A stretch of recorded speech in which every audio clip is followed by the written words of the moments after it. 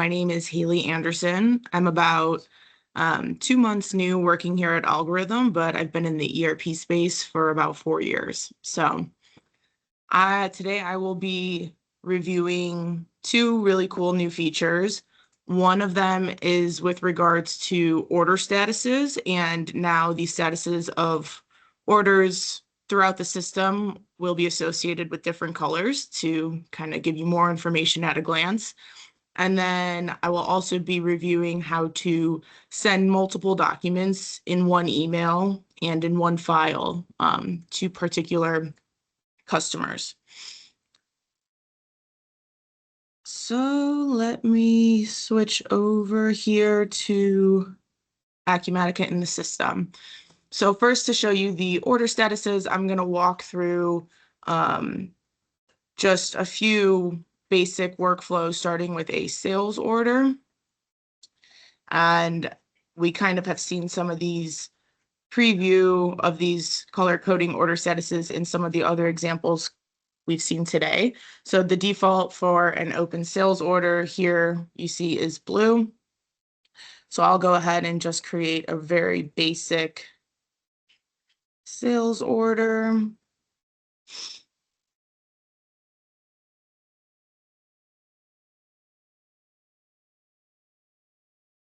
And like we saw off the default, the open sales order will stay blue. Now, if we were to, for some reason, need to put this sales order on hold, when we do that, the on hold status will adjust to what Acumatica is calling orange. Could be yellow, but that's the only one of those colors that's there. So the on hold, that is to give you an idea that something might be up with an order, but not necessarily an urgent matter. So then I'll go ahead and just remove this hold. We'll see it switch back to blue, and I'll just do a quick process so that we can take a look at the invoice as well. So the idea here is that when we do see a red status, that is the indicator that action needs to be taken quickly. And even as the statuses change in shipping, it's still blue, and blue is an indicator that everything's on the right track with that particular order.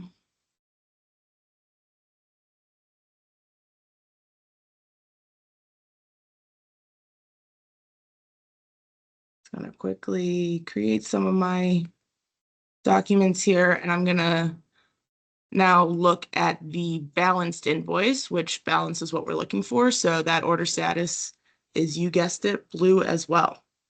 Now, if something we weren't particularly looking for happened, like a credit hold, this is where we would see the red status come in. So red is telling us, something is up and action needs to be taken. I can remove the credit hold, whereas if this invoice was just put on regular hold, again, we'll see the orange.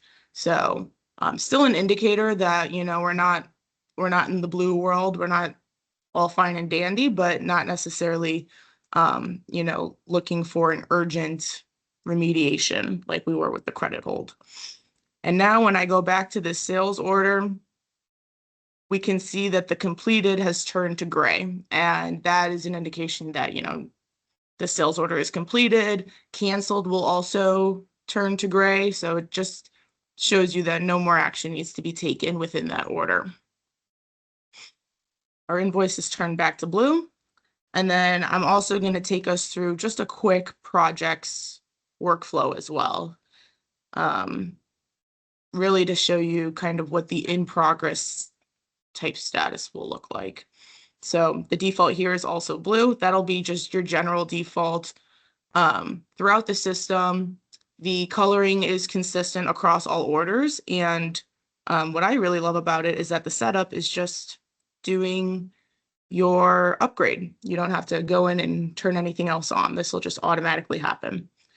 So we have a project here. If I go ahead and activate it, this is what will turn that status green. So that's to kind of say that something is in progress, something is currently active. And then if I were to come in here and suspend this project, again, we'll see the orange. So all these colors, although maybe we're in a different order type or the status name is different, we're trying to trigger the same kind of mentality with these different colors. So orange is telling us something's up here, it's suspended, but it's not an immediate issue. So I'll turn this back to active, and then if we go and run it completed, it'll turn to gray. So as you can see, the coloring logic is consistent across different orders. And next, I'm going to be talking about sending multiple, for my example, multiple invoices to a customer. We are now able to have those invoices conjoined into one file as well as one email itself. So that way we're not necessarily, spamming our customers. One piece of setup that is relevant for this functionality, however, is in the accounts receivable preferences. There is now an invoice multiple default source. So picking your report, you can select a default email account. You can select a email template. The email template, you can also, like some of the other functionality, set up on the customer level too, if it were particular to that customer. But anything that is on the customer, per usual, will default to what is on the preferences page. But we can see here as well that the invoice multiple type mailing will pull in. So in order to do this, I would come to our print/email AR documents screen, and you want to select the action email invoices, as this functionality is not available for all of the other actions. These print invoices, what we're looking for is these checkboxes here, and they went away. So for email invoices, the functionality is there. And we're going to head and show all. I have my date range set here, and these two boxes are really what's new. So this one, send documents in one email, it will, do as it says. And you can see here that this bottom box is actually grayed out. So this combined into one file is only available if we've decided to send the documents in one email. So if I click send documents in one email, now I have the option to combine those documents even further into one file as well. I'm going to go ahead and just filter on some invoices I know I have sitting out there that happen to be due on November the 6th. So I have these invoices out here. Some of them are open, some of them are balanced. So I can go ahead and, click a few. I will just select maybe those first few and come up here and hit the process button. So right now we have combined into one file turned on. Go ahead and run that.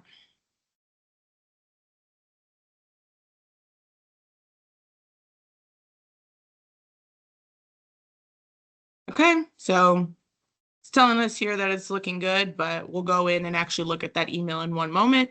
And then I'm also going to do the same thing with combine into one file turned off, so we can sort of see what that really looks like.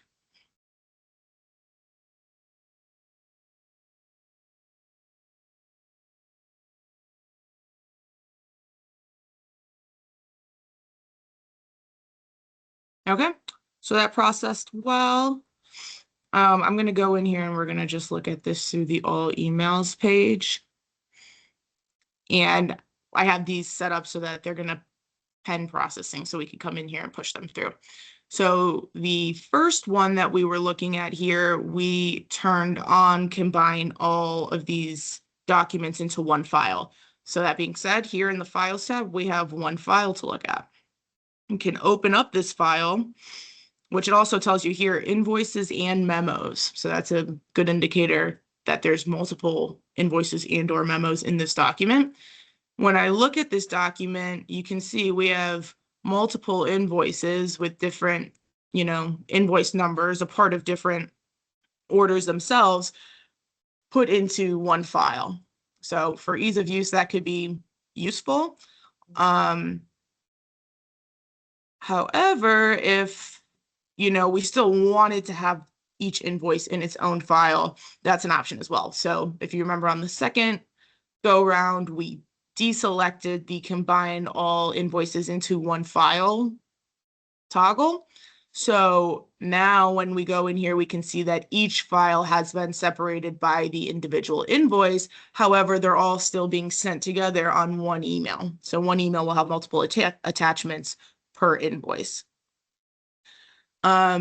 So that is really it. I can go in here and, process these emails so that they send from me to me. So, I hope I get it.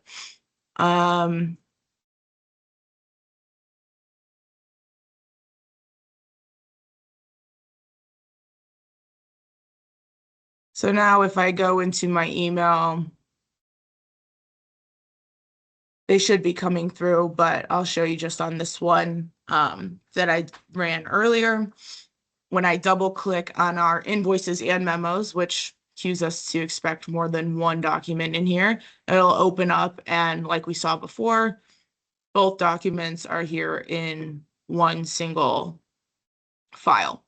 So that's some of our, and now our new ones have come through. So invoices and memos, we have one attachment, like we just saw, that will have multiple pages. And without combining into one file, we have each invoice as a separate file attached to the email itself.